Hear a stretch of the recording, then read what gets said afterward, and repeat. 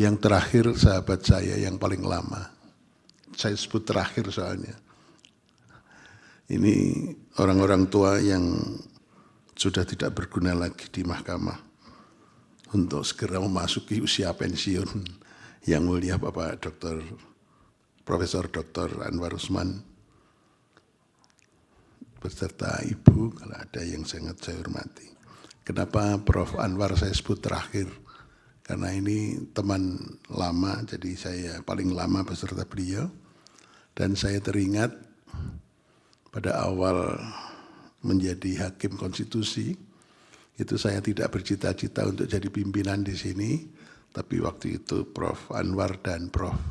Haryono yang datang ke ruang saya, Prof. Arief supaya mau dicalonkan untuk menjadi wakil ketua Mahkamah Konstitusi.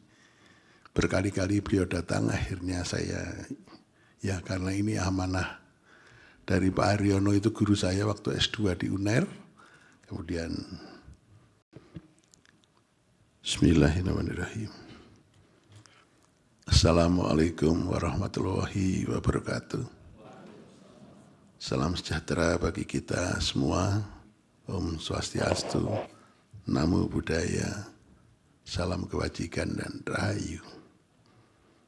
Yang sangat saya hormati, yang mulia Bapak Ketua Mahkamah Konstitusi, Bapak Dr.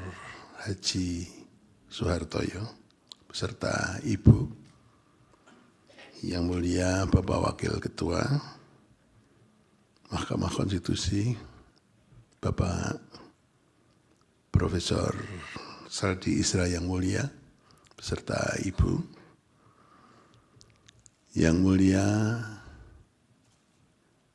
Hakim Konstitusi, Ibu Profesor Eni Nurbaningsih, beserta Bapak yang sangat saya hormati, yang mulia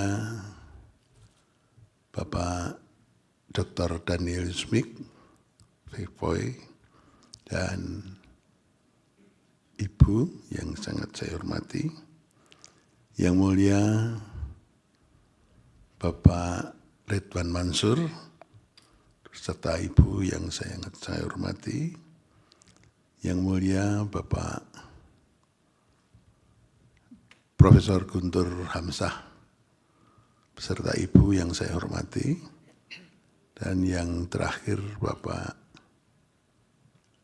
Ridwan Mansur, Pak Arsul Sani yang sangat saya hormati, serta Ibu, dan Pak Ridwan yang mulia beserta Ibu yang saya hormati. Yang terakhir sahabat saya yang paling lama, saya sebut terakhir soalnya. Ini orang-orang tua yang sudah tidak berguna lagi di mahkamah untuk segera memasuki usia pensiun. Yang mulia Bapak Profesor Dr. Anwar Usman beserta Ibu, kalau ada yang sangat saya hormati.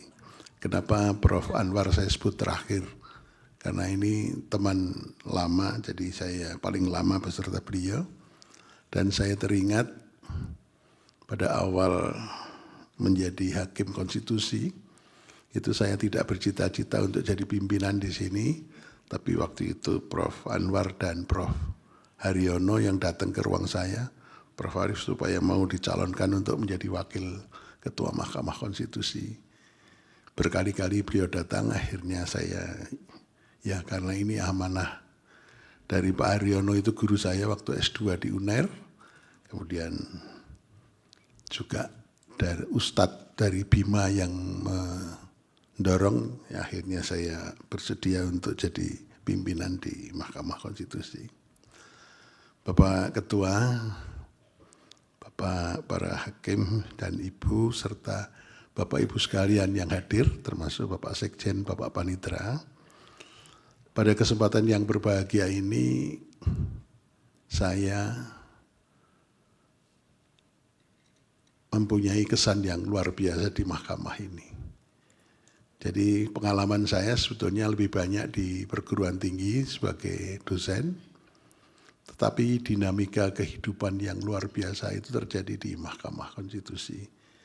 Mulai dari dinamika yang sifatnya membanggakan, dinamika yang menyenangkan, dan dinamika dengan penuh kesedihan dan kepiluan juga terjadi di Mahkamah Konstitusi ini. Semuanya telah terlewati dalam waktu 13 tahun. Saya merasakan begini, ternyata manusia itu ada batasnya. Batas hidup, batas jabatan, batas karier, dan batas apapun juga. Manusia selalu ada batasnya. Oleh karena itu, saya sebagai orang yang paling tua di ruangan ini, kalau tidak salah sekarang ini, saya berpesan pada adik-adik bahwa manusia itu ada batasnya. Kita harus menyadari bahwa semuanya ada batasnya. Baik batas-batas usia maupun batas-batas jabatan, karier, dan batas mempunyai apapun itu ada batasnya. Oleh karena itu kita harus ikhlas, legowo, bisa menerima batas-batas itu. Saya tidak merasa bahwa saya akan berpisah dengan Bapak Ibu sekalian, para yang mulia, karena keberadaan kita selalu harus diingat dengan baik. Dan saya merasakan menyelesaikan 13 tahun di mahkamah, saya merasa saya sudah melakukan yang terbaik selama yang saya lakukan selama 13 tahun ini, di mana saya semua sudah kita lakukan. Saya pernah menjadi anggota, kemudian menjadi wakil, menjadi ketua terpilih secara aklamasi 2 kali, dan kemudian menjadi anggota kembali.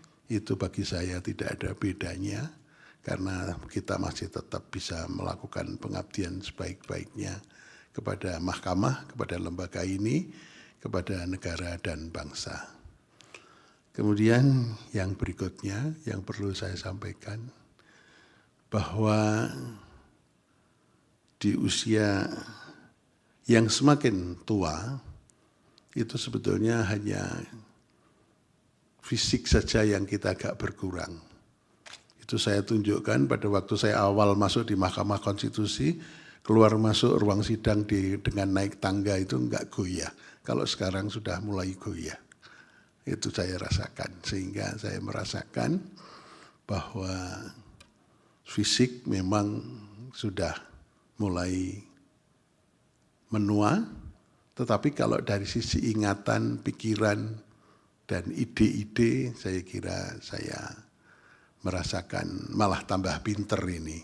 Saya selama 13 tahun di Mahkamah Konstitusi merasa tambah pintar karena saya bergaul dengan para yang mulia, bergaul pada staf ahli atau staf di Mahkamah Konstitusi yang sumber dayanya luar biasa, yang mampu membantu kita dengan sebaik-baiknya. Dan kemudian saya juga merasa bergaul banyak dengan para ahli yang meliputi berbagai bidang dalam keseharian sidang-sidang.